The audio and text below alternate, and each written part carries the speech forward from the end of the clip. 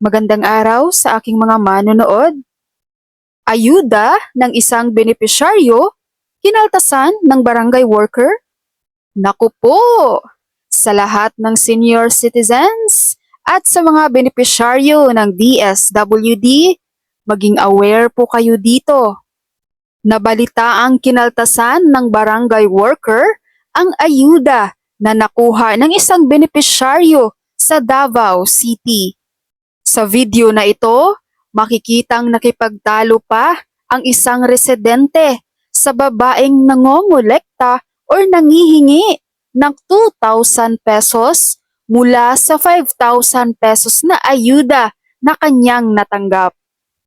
Ang benepisyaryo na ito ay sa AKA program or Ayuda sa Kapos ang Palad program ng DSWD.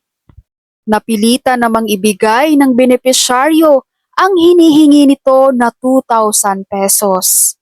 Samantala, ang reklamo na ito ay nakarating na din sa DSWD at iniimbestigahan na rin ang insidente. Matatandaang noong buwan ng Hunyo ay may nareklamo na din na barangay officials dahil sa pagbawas ng ayuda nito sa isang benepisyaryo.